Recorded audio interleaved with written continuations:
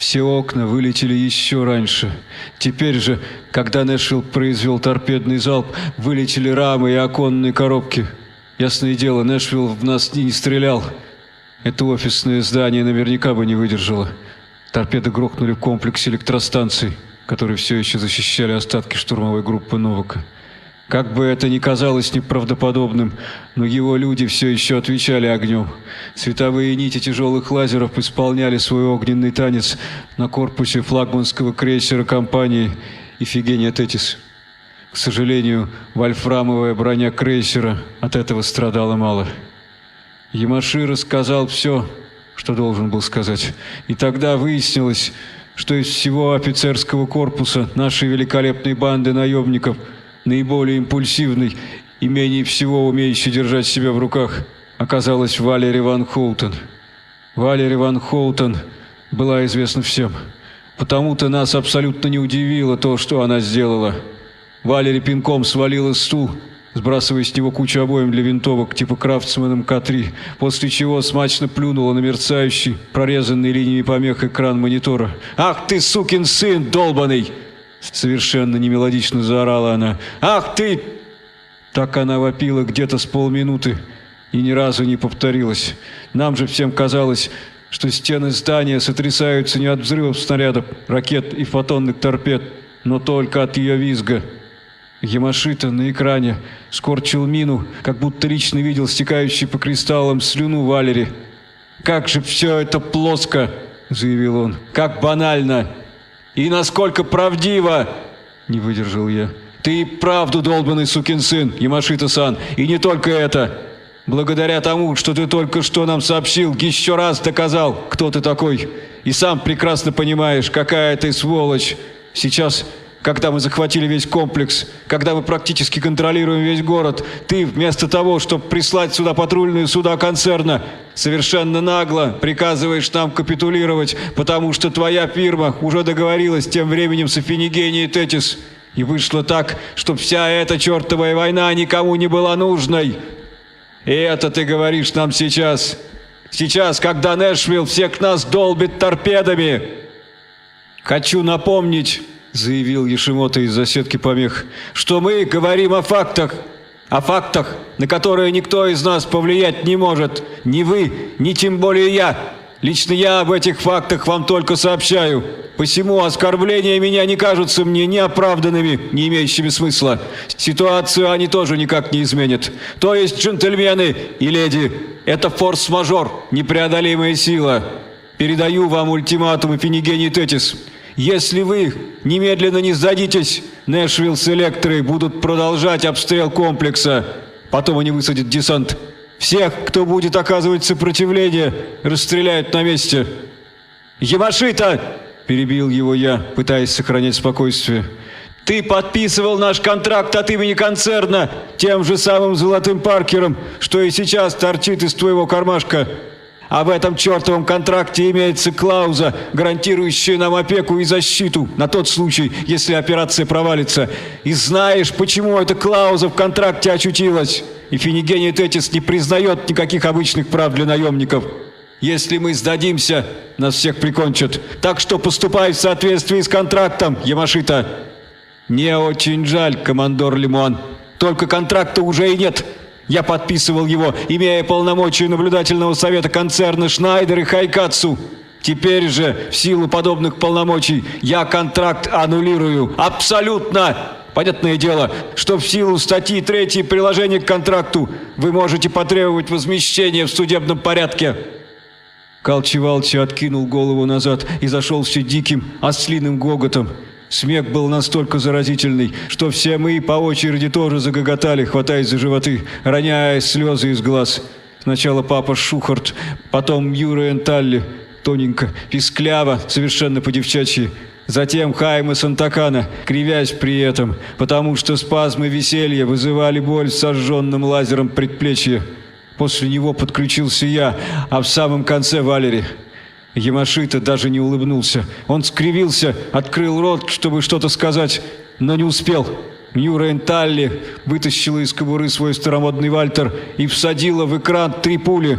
благодаря чему от переносного монитора на стенках и поле остались только дымящиеся брызги. «End of transmission», — спокойно сообщила ирландка. «No confirmation required». «Что делаем, Терри?» «Падаем на пол!» Все грохнулись на пол, и в самую пору. Нэшвилл и присоединившиеся к нему Электро накрыли комплекс лавиной огня. Я выплюнул штукатурку и полиуретановые клочья напольного покрытия, после чего включил передатчик. «Новак!» – заорал я, пытаясь перекричать грохот. «Докладывай, что там у тебя! Прием!» Передатчик затрещал. Новак говорил быстро, неразборчиво и тоже перекрикивал грохот взрывов и выстрелов. Я различал только каждое третье слово, но смысл до меня дошел. После исключения из доклада Новака всех нецензурных слов оставался голый смысл. С променадом Хана зеркальщики наступят непрерывно, амуниция заканчивается, мне не выдержать, Йок-Каламене, прием! Калчи-Валчи повернулся от компьютера, возле которого сидел на корточках. «Есть!» – доложил он. «Связь с Нэшвиллом! Вызывать! Будете вести переговоры!» «Вызывай!» – решил я. «Буду вести переговоры! Что поделать? Концерн всех нас кинул! Единственное, что мы можем теперь делать, это спасать людей! Сражаться нам уже не за что! Контракта нет! Денег тоже! Хорошо еще, что аванс безопасности в кредит Бетельгейзе! Хайме, отдавай приказ группам! Ceasefire! Сдавать оружие! Высылать сигналы капитуляции на всех частотах! Заткнись, Валери! Вместо того, чтобы ругаться, попробуй вызвать Гермиону! Потом зайди на личную частоту Новака, Куперса и Райкинена! Передай им! Сия! С этого момента каждый сам за себя! А мы? Мы тоже! Выполняй, что я приказал! Вызываю командный центр компании «Финигей Тетис», — повторял в микрофон Калчи-Валчи. «Вызываю командный центр компании «Финигей Тетис» на борту крейсера «Нэшвилл». Вдруг Сантакана выдал передатчик серию живописных испанских ругательств, основанных прежде всего на процессе загрязнения материнского молока различными жидкостями, производимыми человеческим организмом.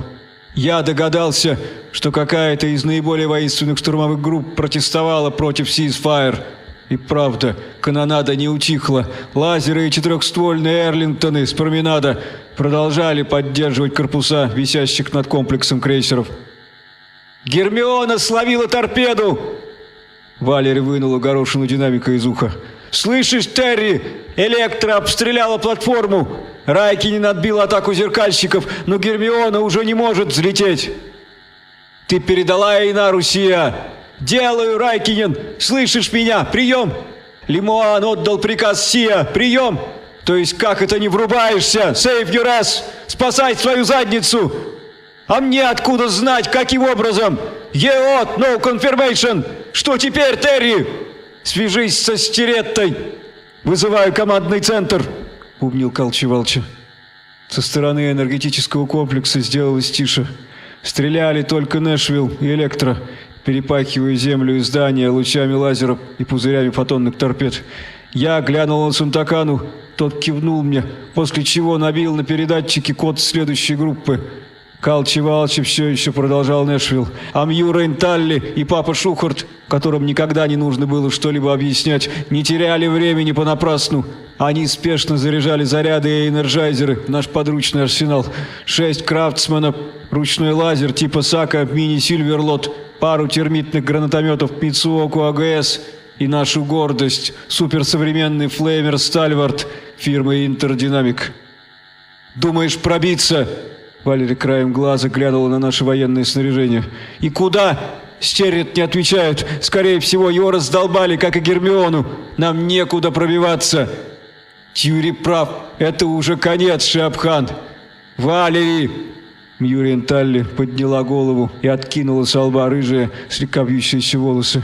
Шиабхан был ее псевдонимом еще со времен Ира.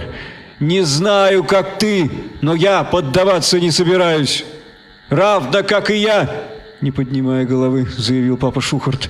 «На мне висит 2 смертных приговора. Муры Бениита и в Федерации. Даже если зеркальщики не грохнут меня на месте, все равно я попадаю под экстрадицию». «Нэшвилл на линии!» – перебил его Калчи-Валчи. «Терри, ты не догадываешься, кто?» «Догадываюсь», – ответил я. Переключи на внешние динамики, а изображение забей помехами. Видеть не могу сукина сына и не желаю, чтобы он пялился на меня.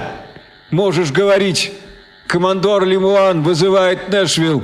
Откашлялся я, не будучи особенно удовлетворенным звучанием собственного голоса. «Командор Лемуан! Не будем терять времени на пустые слова!»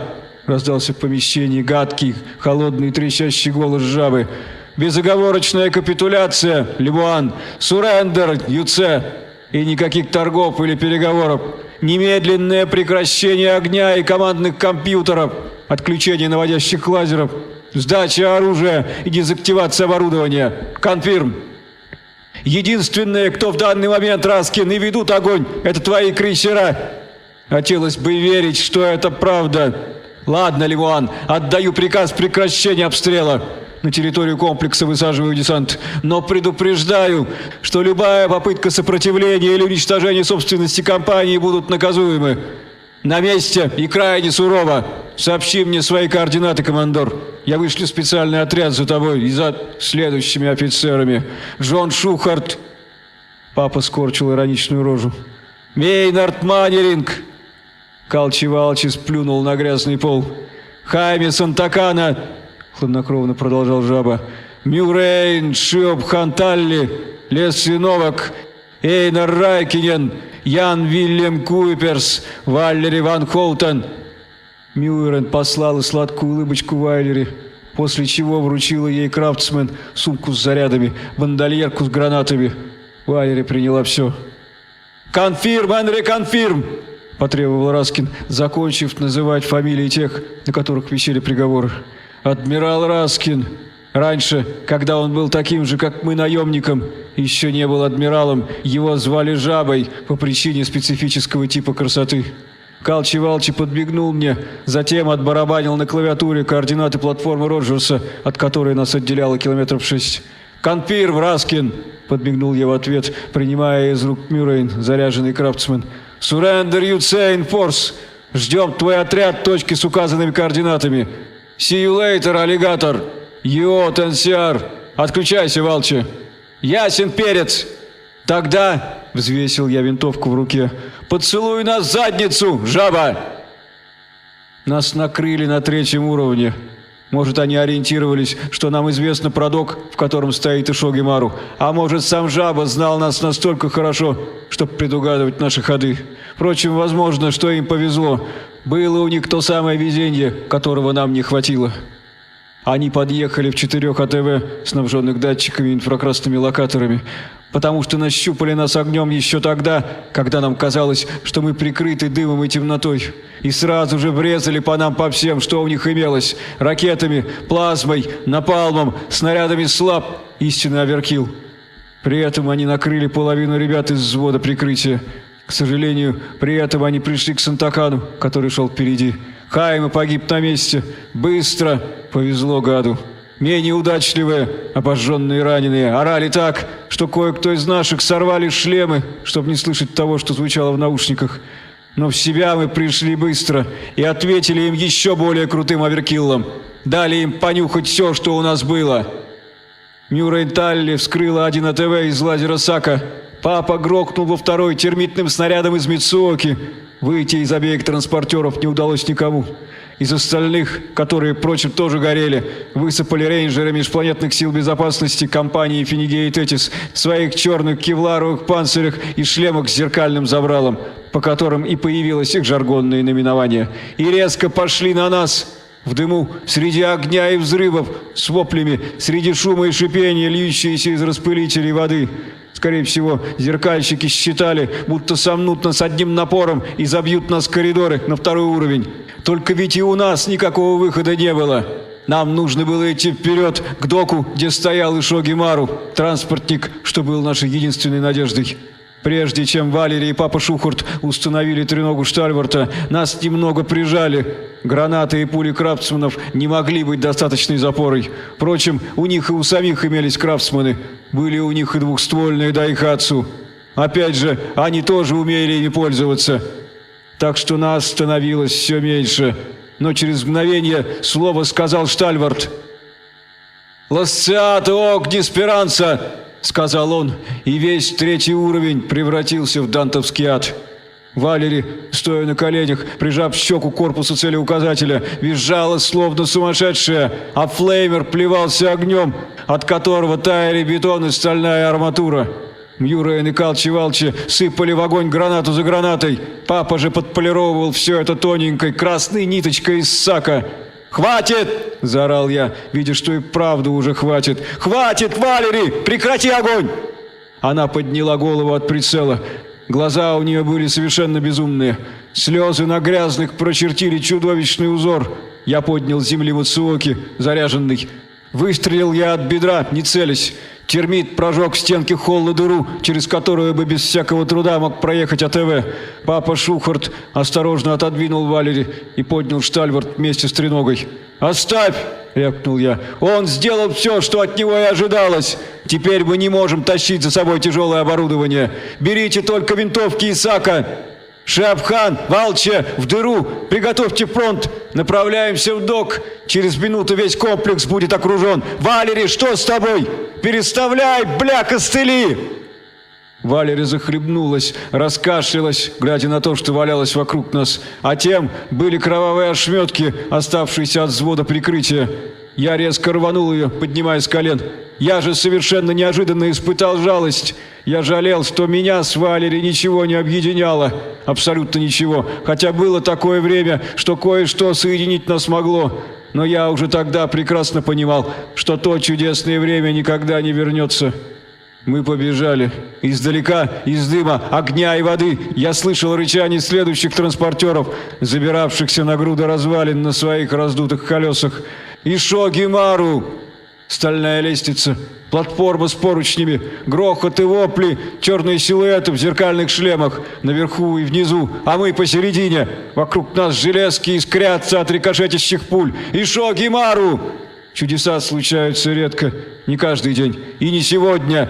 Когда мы уже вскакивали, тяжело дыша, в спасительный коридор, папа Шухарт словил в шею пулю слаб. Его голова попросту исчезла вместе со шлемом и заткнутой за ремешок пачкой Кэмела.